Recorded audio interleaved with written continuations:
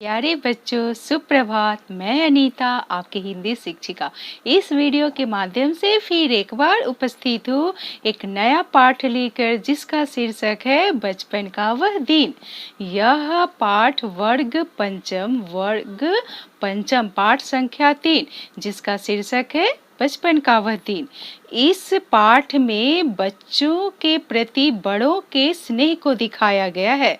बड़े बच्चों से कितना स्नेह रखते हैं, उनका कितना ख्याल रखते हैं, इस पाठ के द्वारा हम जानेंगे। सबसे पहले मैं आपको बता दूं कि हर मनुष्य के जीवन में 5 अवस्थाएं आती है। पहला शैशवावस्था, दूसरा बाल्यावस्था, तीसरा किशोरावस्था, चौथा युवावस्था और 5वां प्रौढ़ावस्था। लेकिन इन 5 अवस्था में सबसे अच्छी अवस्था जानते हो कौन है? बाल्यावस्था, यानी बचपन की यादें। बचपन की यादें मनुष्य ताउम्र याद रखता है। मरते दम तक उन यादों को वह नहीं भूलता और उनको याद रखकर अपने जीवन में खुशियां भरता है। चलिए अब कहानी की ओर चलते हैं। सुबह के 7 बज रहे थे। सुषमा घर की बालकनी में बैठी अखबार पढ़ रही थी। अचानक से उसका ध्यान पार्क की ओर गया। एक छोटा लड़का अपनी दादा दादी के साथ पार्क में सैर कर रहा था। उसे देखकर सुषमा को अपना बचपन याद आ गया। उस समय सुषमा की उम्र कोई 10 वर्ष की रही होगी।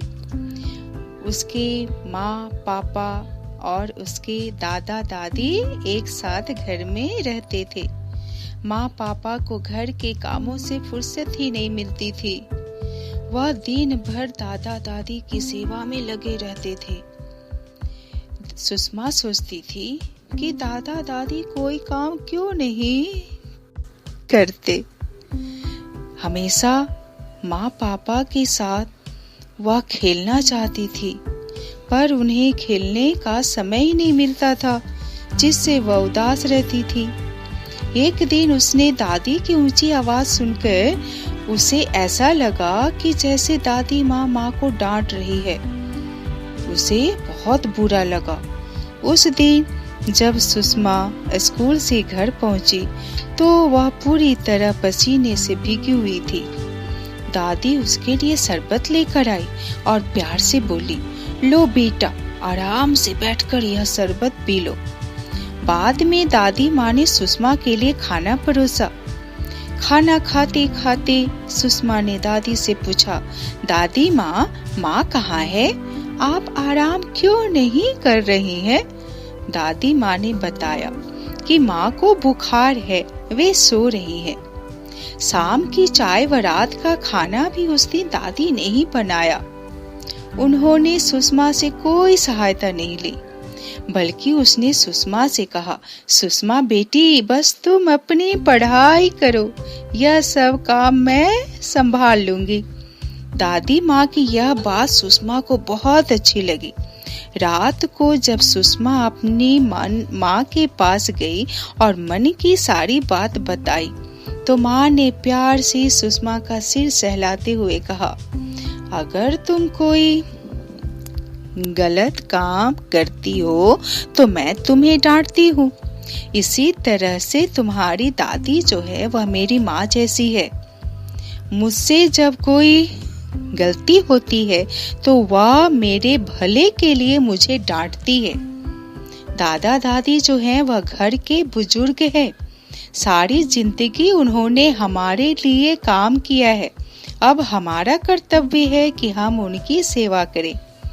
माँ की बातें सुनकर सुषमा को बहुत खुशी हुई और उसे अपनी सोच पर भी बहुत पछतावा हुआ कि वह दादी के बारे में क्या क्या सोचती थी। इसलिए वह सीधा दादी के कमरे में गई।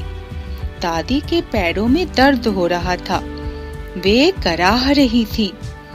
सुषमा दादी के पास गई और बड़े प्यार से उनके पैरों में तेल से मालिश की। उनकी मालिश से दादी को बहुत आराम मिला। दादी माँ ने सुषमा को बहुत प्यार किया और खुशी से सुषमा भी दादी से लिपट गई। अब सुषमा की आंखों में खुशी के आंसू थे। उस दिन से सुषमा हर रोज सुबह दादा दादी के साथ पार्क में सैर के लिए जाने लगी। तो सुबह सैर करने से जानते हो बहुत फायदे होते हैं। सुबह सैर पर निकलोगे तो आप लोगों को स्वच्छ वायु मिलती है, शरीर में हर वक्त ताजगी बनी रहती है। सुबह सैर से रक्तचाप भी सामान्य रहता है, शरीर की हड्डियां मजबूत होती है और सबसे अच्छी बात है कि सुबह की सैर करने वाले को जल्दी दवा के खाने की जरूरत नहीं पड़ती। तो बच्चों, इस कहानी के माध्यम से हमने सीखा कि हमें अपने से बड़ों और बुजुर्गों का सम्मान करना चाहिए और उनकी हर काम में सहायता करनी चाहिए। इससे हमारे बुजुर्गों को आत्मिक खुशी मिलती है, उन्हें भी लगता है कि हमारा कोई ख्याल रखता है। तो बच्चों, आप लोग भी अपने घर में दादा दादी का ख्याल रखेंगे। इसी कामना के साथ मैं आपसे अलविदा लेती हूँ। धन्यवाद।